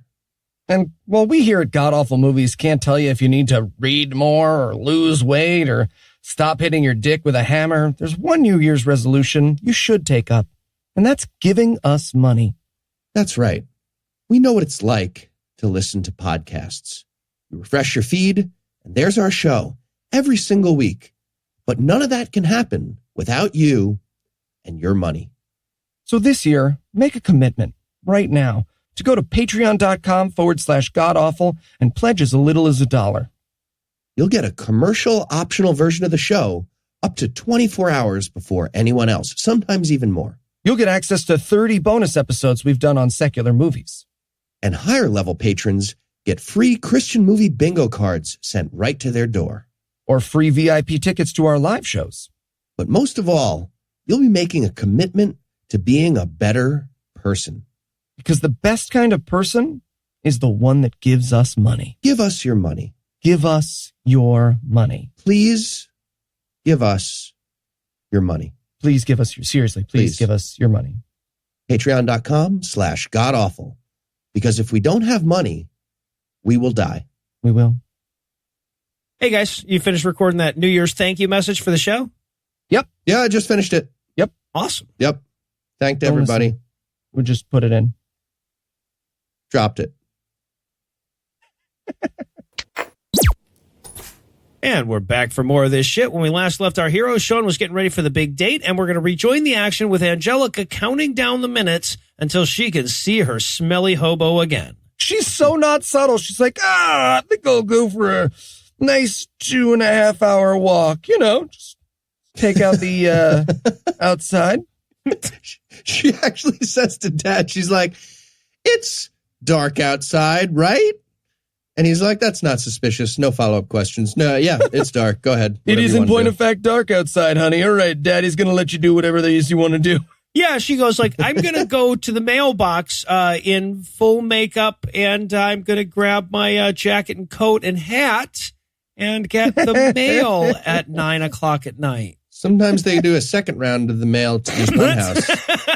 I'm just to make sure that's not what happened. Because going to see in case they got what they did with Twofer this week. You never know. Never know. So yeah, so she goes outside. Sean's out there waiting for her. So they get to chatting, and at one point they have she has the like asks him, "Is this a date?" The answer to that is always yes. You fucking idiot! Don't sit there and think about it. Is this a date? The answer is yes. It's a fucking date. Okay, no. Why don't you get your time machine and go talk to high school Eli and Heath, who were like, "What? No, we're just friends. I am whatever you similar. So interests. Okay, what do you think it's a date? Because I am just here. Whatever you. I'm going to give you a piece of paper, and I have a piece of paper. sliding it across the table. You read her piece of paper. I would like my piece of paper back. Did you write a number? No. And my whole thought here at this point was like, man, it must be really awkward having like trying to make first date conversation with a dying girl, right? So what do you plan to? Never mind. Where do you want to go to college? Oh, shit. So and instead of like the writer tackling this big conundrum, we just get like the montage of them talking with music playing over it. Yeah, music note here is Lana Del Rey tooling around on the guitar while she's on the toilet. There's something about a cat burglar. Burglar of cats. Stupid. Wait. Also, there's a moment here in this little montage where he wrestles Cancer Girl to the ground. If she had died in this moment, I would forgive the whole movie. Oh, God.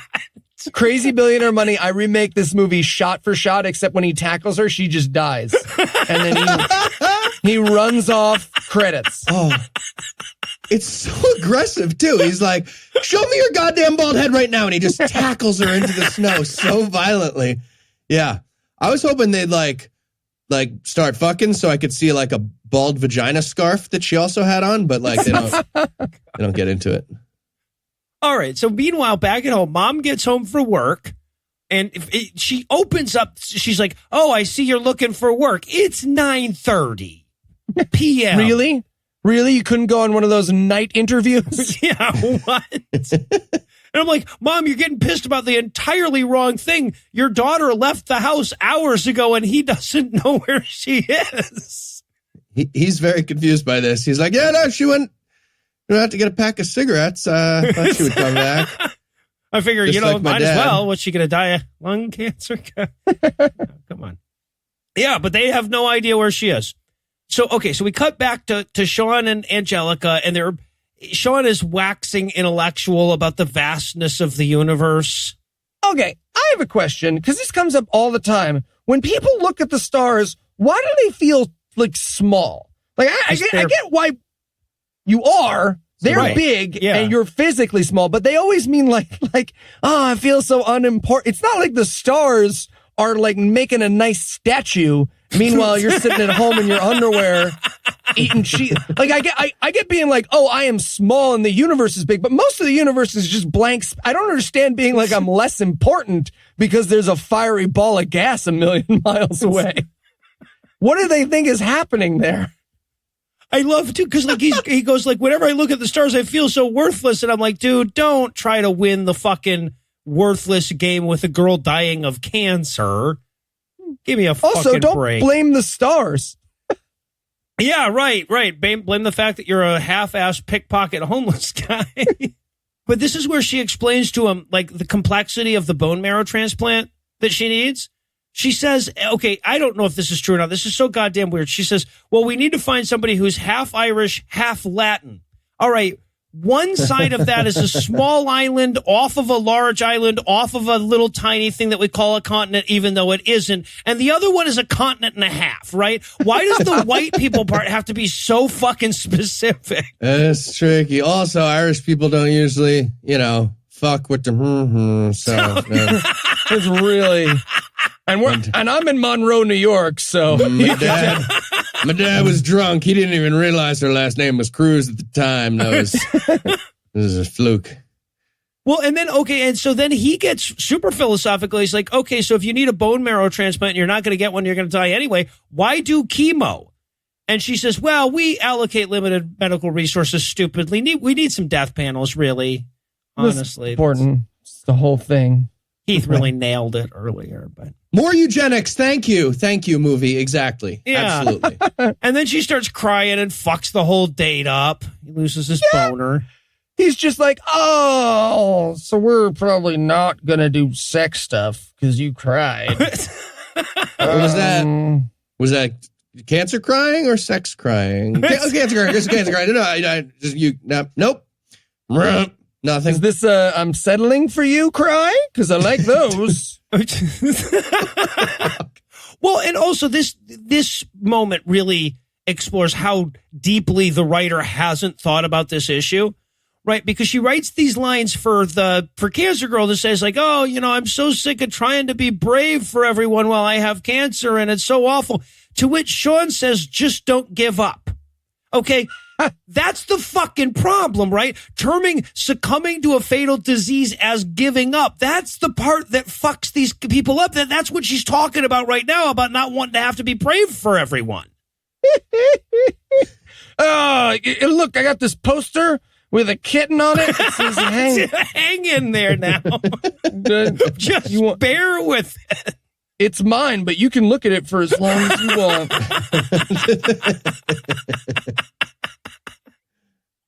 Here's a couple spoons. Good luck. Stick with it. All right, but quick, before they can get a weepy smooch in, trash cop, the cop that guards the trash can outside the donor that chased him into the hospital earlier, shows up to tell him that the park is closed. Like, I feel like this cop, like, right before this movie had a Chris Tucker blew up all the evidence moment or something. And so, like, the chief is pissed and he's like, all right, now you go guard the park. Oh, man. Or he's been on a hunt for this kid the entire movie. Yeah. No one drops trash on my streets. He just hang glides into the park, tackles the kid. Oh, yeah. No, I love it. I love it. Gets home that night. I got him, honey. I fucking got him. Opens his newspaper, No Country for Old Men style. Yes. All right, but apparently the park is closed, so Sean is under arrest. Angelica's allowed to go, but the cop's like, oh no, you're not getting away from me again. And she just leaves. It's the best. Cop's like, yeah, I'm just gonna talk to him. You skedaddle. And she's like, okay, bye. And he's like, oh, that was a ruse. Wow. Okay. Yeah, she is just fucking gone. You're under arrest. Yeah. Woof. Guess that date wasn't going well. Or is he? Because Sean runs from the cop again. And the snow makes it so much better. The running got even worse. It's the best. All right, so Angie gets home. Mom and Dad are pissed, right? They're like, where the hell were you? She's like, I'm a 17-year-old girl. I went to get laid. It didn't go super well. And they have this fight where, like, at one point, the daughter says, like, stop trying to pretend we're a normal family. I'm dying of cancer. It's the whole fucking plot. At least I'm not the unemployed dad of a kid with cancer. Burn. Yes. She starts roasting. She's like, boom, no job. Boom, stupid waitress. Nailed it. Well, actually, she turns to the mom and she's like, Mom, you don't have a life at all. And I'm like, Diane girl doesn't get to use the you don't have a life burn, guys. Wanted mom to be like, oh, really? I guess I'm going to go have sex with your dad. Oh, what? Oh, I guess I'll make another you. Oh, right, I can do that. No, I'm that's hang fine. out with my bone marrow. My perfectly normal bone marrow. After that, you can go to your shift at the diner in the shitty section because you're the worst, because you're a bad waitress. You can't even get the good section. So daughter wanders off and like slams her door and everything. And dad wants to go do something about it. But mom's like, she's dying, dude. Why invest the effort? Let's watch Bandersnatch again, but choose the tricks. We'll choose the tricks this time. Ooh, let's do it. Come on. Can't do it on an Apple TV. You got to watch it on my computer. Man. Oh, is that true? You couldn't. You can't watch Netflix on an Apple TV? That's Can't weird. watch the interactive ones on an Apple TV. Did you use the FireWire cord? No, I used it. What? Weird that you would have spent more to buy a TV that has less functionality than a normal one. That sucks. I like my Apple TV. Okay. Maybe carry your entire TV to the Genius Bar. They have that, right? All right. So meanwhile, it's a good function. Cello guy is awfully cold. And we know that because we watch him being cold for 11 and a half minutes. Oh, it's just several minutes of him breathing and looking at a photo frame. Oh, yeah. At a certain point, I wrote in my notes, like, we get it. He's cold. What are we reinforcing now? But then Sean shows up at his tent. And he has like a party foul. Come on, you can't barge in on a man's picture weeping time. That's sacred. What are you doing? And, by the way, too, okay, so he wants to know, like, Cello is like, yeah, you can stay with me tonight in my little weird tent thing, but you have to tell me how your date went. As you do it, I'm going to open this can with a can opener so squeaky, it's basically a comedy prop.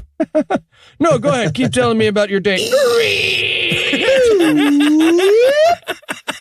Sorry, just making sure all these slide whistles work.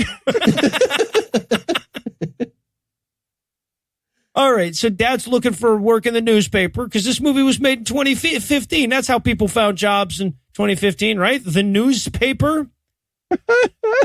There's a TGI Fridays really close. I know where they are. They're in Monroe, New York. I know the manager. It's Tim. Tim is the manager of the TGI Fridays there. You just pretend you don't see his dead teeth. He will hire you. You're good.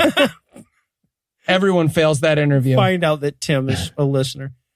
Any questions about the job? Yeah, man. What the fuck happened to your teeth? I mean, not teeth. Shit. All right. So Mom goes to check on Angelica, but something's wrong. We don't get to know what it is yet. Because then we cut over to Cello guy waking up in his tent. Yeah. And he has taken his stare at picture. And they have this amazing, like, little mini fight. Like, hey, this is my picture. That's your thumb picture. You don't rub your thumb along another guy's picture. That's my thumb picture. And what was it doing out? So, like, before a homeless kid went to sleep, he took a picture out of his pocket and laid it on the ground next to him and then went to sleep? Well, no, he then jerked off and then went to sleep. I feel like we know how the picture got there, man. Come on, don't play naive. He used her headshot the same way that we did. I would put that back in my pocket at that point. Well, that's true. Yeah. You're just a little more cleanly than he is. Or at least leave it on my chest where it would stay. Yeah. All right. So now we're at the hospital because Angie's all hospitalized. Her cancer apparently leveled up. Yeah. She's got third act syndrome. Yeah, exactly. Well, right, exactly. So Sean goes to visit her at her apartment. And Cello is following him. All right. Like sneaking along behind him, Boondock Saints style. And he's in the Boondock Saints, by the way. That's why I said that. Yeah. Sean Patrick Flannery. Powder. Yeah. Mm-hmm. Yeah. The best. I love that movie. But he goes to the hallway and she's not at the apartment. So suddenly Tommy, little black cancer boy, shows up into her hallway. Right, to deliver a message. He never questions this, by the way. He's just like, oh, what do you have to tell me, Tommy? Oh, you need to go and you have something to give her. You want to look away so I can vanish? That's the extent of it. I want it so badly when they do he looks away and Tommy vanished for it to just pan over and Tommy has collapsed. He goes, oh, nope, still there. He's just laying up on the landing, having a seizure. Oh, yeah. This is fucking. And Sean's walking away going, wow, was he an angel or Batman or something? Help me. Just came all the way here. Are you perched on a pole next to Chris Walken? What are you doing there?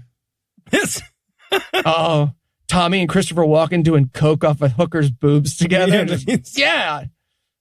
Tommy. All right. So now, okay, we cut to mom and dad meeting with the doctor, and the doctor, this is the doctor's actual line. I'm sorry to tell you, but all of your daughter's numbers are dangerously low. All her numbers. So 0 cancer. She's fine. She's fine. Yeah, but her IQ is super dumb now. Low. Really wanted this conversation to continue. I don't know how to tell you this, but all of your daughter's numbers are dangerously low. All of them? Yeah, all of them. I mean, first of all, she's 17, which is that age where right? Sure, legal, but what are you going to do? Bring her to hang out with your friends? They're going to talk about high school, right? This guy gets it. This guy gets it. No, I do. Yeah, I get it. Doctor, we were here about her medical tests. Oh, yeah, those numbers are bad, too. Look at this. There's a 2, a 5. This one here is a 1. Oh, just the number. What does that mean? What are those numbers? Oh, it is not good. Yeah, not good. She's going to need some more of the stuff, the red stuff. Oh, it goes in your body. What's it called? Do you mean blood? Yes, that's it. Blood. What the fuck is wrong with this hospital? It's a what now? So, yeah, no, of course. All right. But the key here is the chemo isn't working. She needs a transplant right now, damn it. The doctor's like, yeah, her bone marrow got pissed about something and just fucking shot some poison. Did you let her take any walks recently? Yeah, right. Bone marrow hates walks. Right, and he's acting like this is the first time they've considered transplant. He's like, oh, no, it's important now. Have you called all the relatives? Because I know up until now we've just sort of been half-assing it and trying to find your daughter a donor. Really post on Facebook. Not just one post. Share your own post. Do that thing where you like it and comment on it. Really boosts it in the algorithm. I get so happy when doctors show up in these movies, especially when they have to talk. It's always the best. This doctor's like, all right, so we need to give her a transplant, right now. And Dad's like, oh, okay. Did you find her a donor? Doctor's like, no. Donor, right. It's like, right. Okay, you get how it's weird that you presented the information like that just now, right? Well, and also like they try to have medical discussions, but like the writer was too lazy to look anything up. So the dad literally starts going like, "What about the new drug I read about in the pamphlet?" And the doctor goes like, "I know the new drug, but she's too cancery for that. Sorry." It's like, guys, you could have looked something up. Okay, can you go check in the back? Like, is this like a shoe store? Is there any like Welsh Cuban bone marrow in back you could find?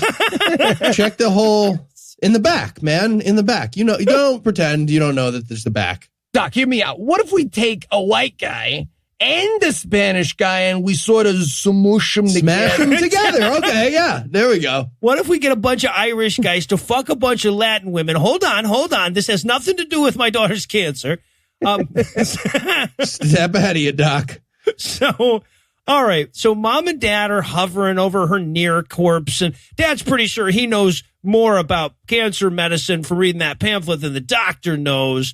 But then they have to just, like, mom and dad have to have another fight, right? Because these two will never give you any indication whatsoever that they even care for each other's company. And it's a great fight. She's like, okay, I have an idea. Don't be unemployed, you bitch. Maybe have a job. Be better at bulldozing. Dozing. You fell asleep. Zing.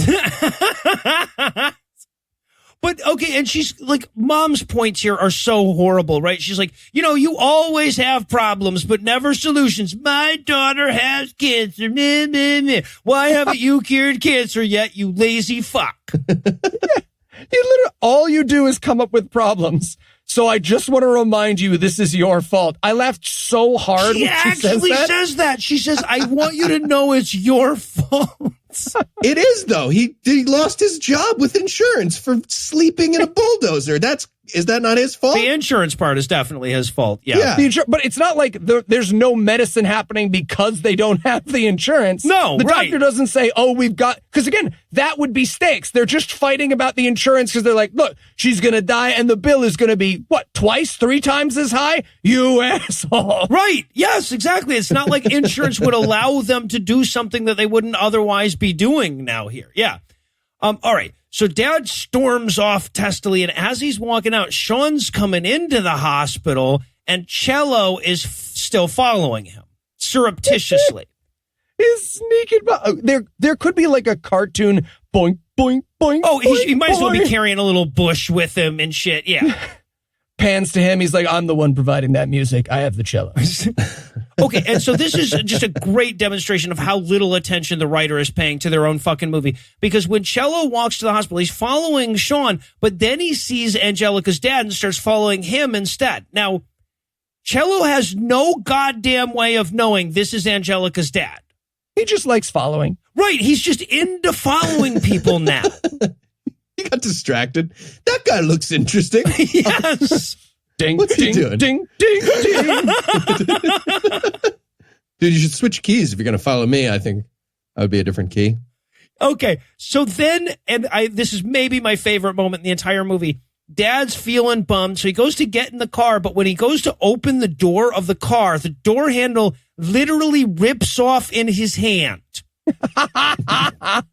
I thought the only way this makes sense if dad discovers his superpower. Yeah. That is the only... What a stupid fucking way to reinforce the bad days. You might as well lean on the car and it just falls into 180 pieces like Johnny Five just took it apart or something.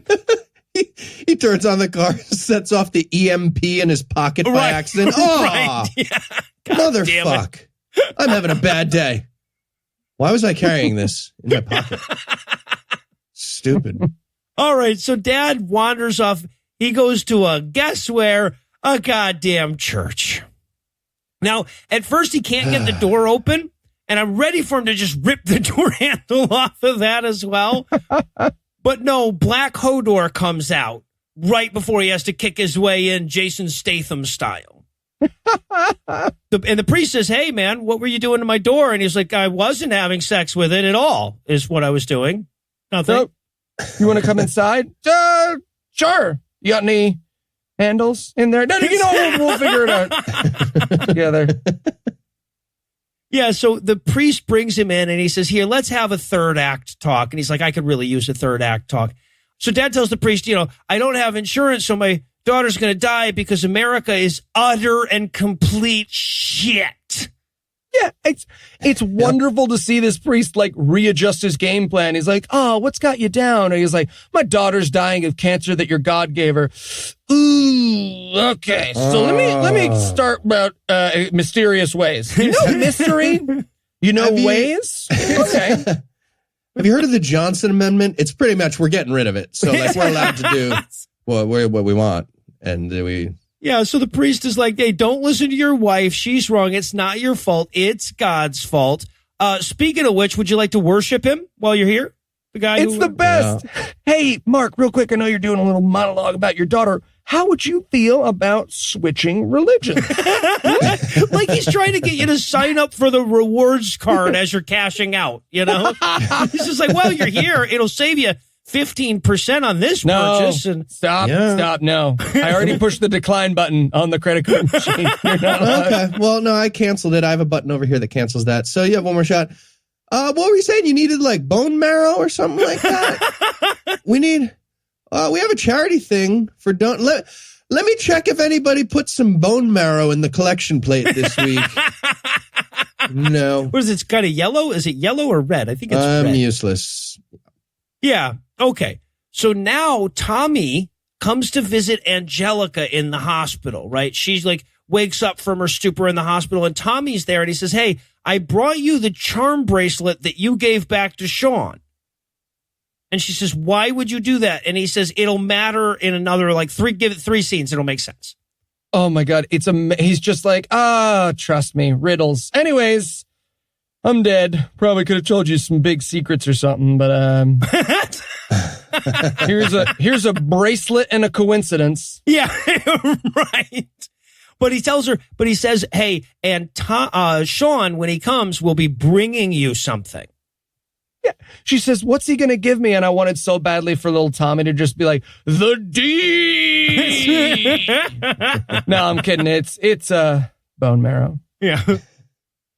So, but she's going, Tommy, and just then her mom wakes up. I guess mom was passed out in the room while this was happening. And she's like, no, honey, Tommy isn't here. Either he's a ghost or you're losing your mind because of all the dying.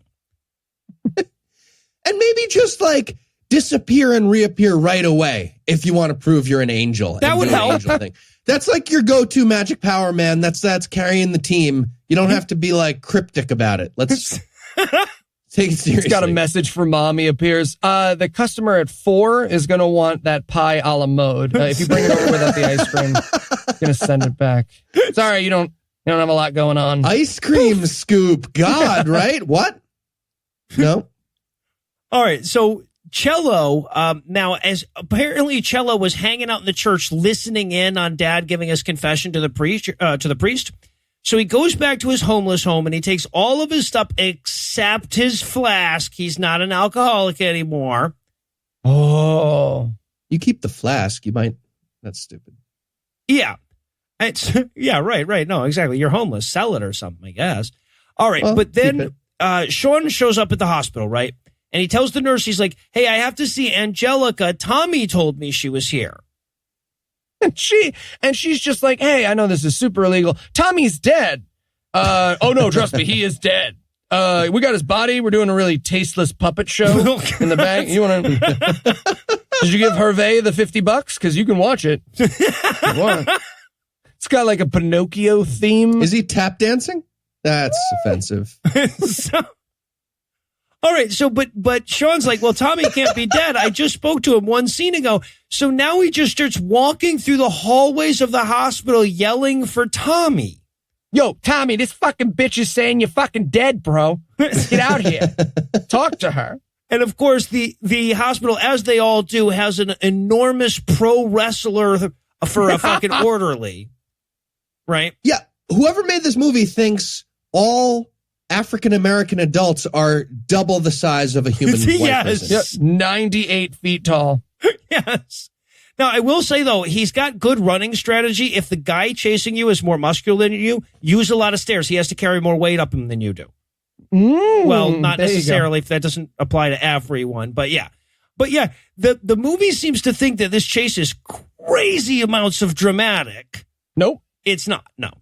But eventually he does slip the orderly, and just coincidentally, he does so by ducking into Angelica's room.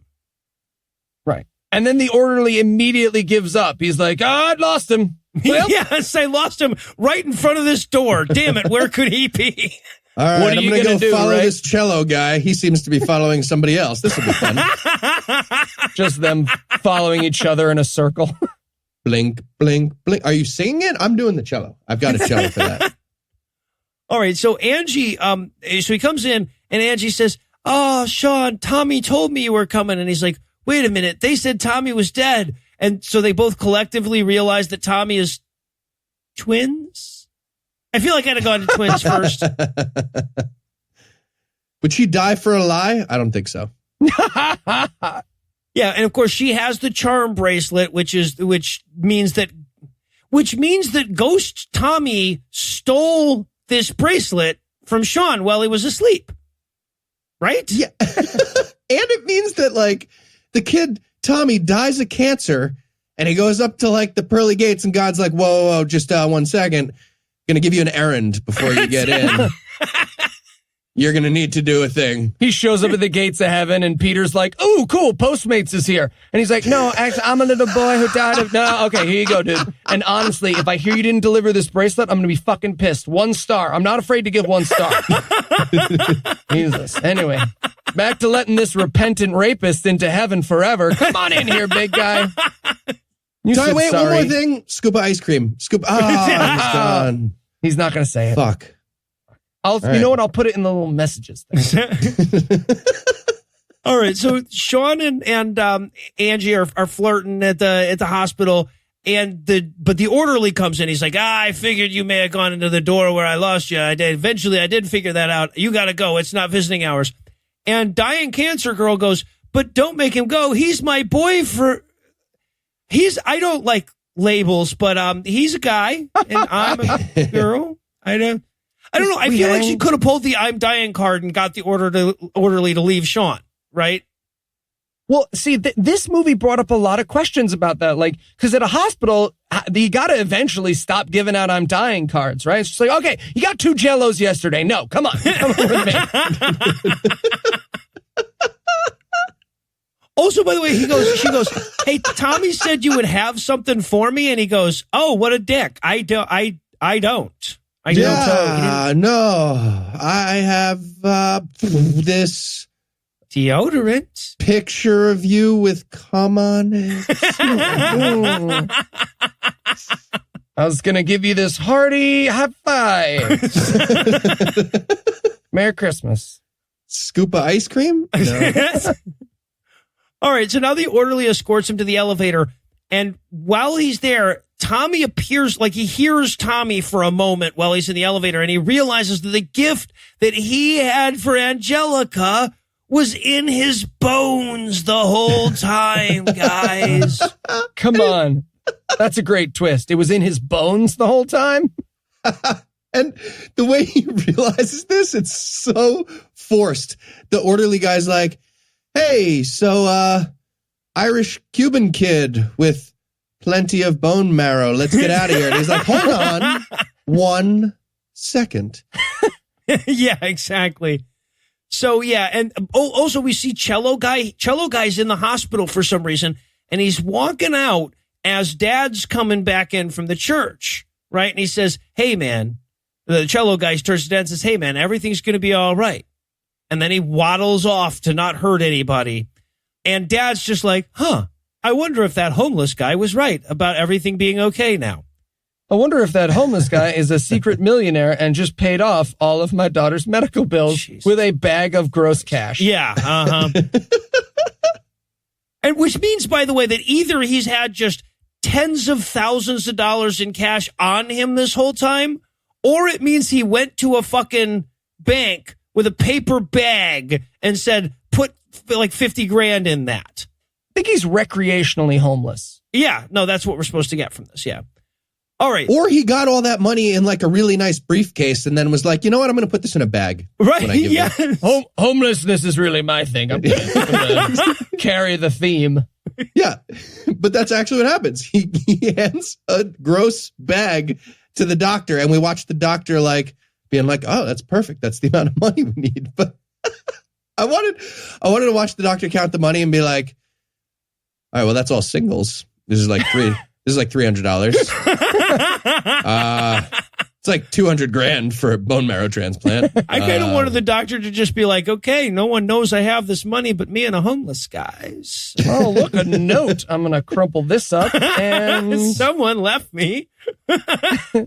Homeless guy, come back here. Blam. All right. Everything is all set. Okay, so I don't know if we're there yet, but can we talk about the note? Because the handwriting on this note, all I can say is I wrote that note. I paused it because it is entirely illegible. It says, donation for Angelica Jacob Jelly for her bone marrow transplant, gifted from my daughter and wife, Emily Johnson. But it is scrawled in crayon. It is amazing. It's what you imagine it looks like when Donald Trump writes. Yeah. Or me. Yeah, well, that's true. That too. There's like red underline on the handwritten notes somehow. I just come in and start adding commas and shit. Yeah. All right. But it just so happened that Sean was a perfect match. He was Irish and Latin and just didn't know it because he's an orphan and doesn't know what his parents were like. Now, keep in mind, he has a sister that's 7 years younger than him. So he was at least 7 or 8 when his parents died. I mean, you would think he would. Anyway, yeah. These people were not thinking about their own movie at all. And now, okay, so now it's time for her to get better. So we get like a little montage. The priest is reading the Bible to mom and dad, and they're happy and Christian now and not fighting anymore. Right. And Sean actually did get to, I guess, when he got arrested by that orderly, they found out that his previous step-parent or his previous foster parent was abusive. And so he only had to do community service. Okay, so his criminal background is he pushed their foster dad down the stairs so that him and his sister could escape. Right? That's what he's been running from this whole time. Murdering the guy, right? Well, no, he's not dead. Hurting the guy. That's all they get. That's all they. That's what he did. That was his criminal background. He got angry and kind of hurt someone. Anyway, but they gave him community service over it. And the nice family adopted him. Yes, yeah, right. The family that had the daughter. Also, apparently Angelica's family adopted Tommy's older brother, Black Hodor. It's very confusing. He's there at dinner. Yeah, they're having dinner together, and he's just there. He's like, this is a named character dinner. Also, I'm Brandon. Sean and her are dating, but there's no way that relationship's going to work. Every time they get in a fight, you know that he's going to be like, oh, that's fine. No, I mean, I just gave you my bone marrow, saved your life, but it's cool. No, go out with your friends. It's cool. No, have brunch. And the other thing, brunch. too, that's going to come up is the fact that she is so much more attractive than Sean. Like she's going to have to, at a certain point, be like, look, dude, when we met, I was dying of cancer, had 1 month to get laid. I had to go with whatever homeless guy was there, but now, I was doing the swipe every direction on Tinder, if you know what I'm talking about. Yeah. You're ugly. And then the movie ends on a Maya Angelou quote, and it's actually just a gorgeously beautiful fucking quote because, the writer of this movie had nothing to do with it. Yeah, exactly. Typical. And, Nathaniel Hawthorne bullshit ending. You can't write your own. Steal from Maya Angelou. Great. Yeah, right. The quote, by the way, is, I've learned that people will forget what you said, people will forget what you did, but people will never forget how you made them feel. That's a good way to live your life. I like that quote. A lovely quote. That's why no one associated with this movie could have written it. Yeah, right. Okay, so that's the end of the movie. I have a weird fucking question about this. The name of the movie is My First Miracle. Who is speaking that title in the first person? Tommy. This is a prequel to Tommy's angel story. Okay. I'm saying homeless pickpocket who got to go on a date. I was thinking cello guy. Right? Like it is completely unclear whose fucking miracle this was. Anyway, yeah. All right. Well, I feel like as bad as this movie was, I don't think I can complain because I didn't have to watch it with Eli's in-laws. So to close things off, I ask you both, what's the worst thing that you could do with Eli's in-laws that would still be better than watching this movie? All right. Well, I would happily mime the term power bottom during a game of charades with Eli's in-laws. Keith has witnessed my father-in-law mime power bottom. So. I'd also not just mime it, if I'm being honest. So I have some experience with this. I'm going to go with walk in a single direction ever. I know, a little inside baseball, but just, if you ever get a chance, walk in a single direction with my in-laws, you'll get it. You'll get it. Then you'll spend the rest of your life finding them. I think it was God's first miracle. Okay, all right. There you go. That makes sense. They've been talking about it for years. I might as well once in a while cure some cancer. All right, well, that's going to do it for our review of The Fault in Our Script, but it's not going to do it for the episode just yet because we still need to talk our way back into your ear holes next week. So, Eli, tell us, what's on deck? Science falsely so called. Oh, hell yeah. Live show in Dallas. Still time to get tickets. This is the last fucking chance, though. We've given you several weeks on this. This is your last fucking chance. Get the tickets or we're not letting you come. Yeah. It's fucking final now. 6 All right. votes. So with that to look forward to, we're going to bring episode 177 to a merciful close. Once again, a huge thanks to all the Patreon donors that help make the show go. If you'd like to count yourself among their ranks, you can make a per-episode donation at patreon.com/godawful and thereby earn early access to an ad-free version of every episode. You can also help a ton by leaving a 5-star review on iTunes and by sharing the show on all your various social media platforms. And if you enjoyed this show, be sure to check out our sibling shows, The Scathing Atheist, Citation Needed, and The Skeptocrat, available on iTunes, Stitcher, and wherever else podcasts live. If you have questions, comments, or cinematic suggestions, you can email godawfulmovies@gmail.com. Legal services for this podcast are provided by the law offices of P. Andrew Torres. Our theme song was written and performed by Ryan Slotnick of Evil Drafts on Mars. All other music was written and performed by our audio engineer, Morgan Clark, and was used with permission. Thanks again for giving us a chunk of your life this week. For Heath Enright and Eli Bosnick, I'm No Illusions. Promise to work hard to earn another chunk next week. Until then, we'll leave you with the Animal House close. The chemo staring contest replaced beer pong as the #1 drinking game at college fraternity parties and at God Awful Movies live shows. Usually those move in sync. Tommy's brother went on to help Saul and Vinny rob Bricktop. If you aren't already registered, register as a bone marrow donor. You gotta put up with it. There's I know. You gotta do it.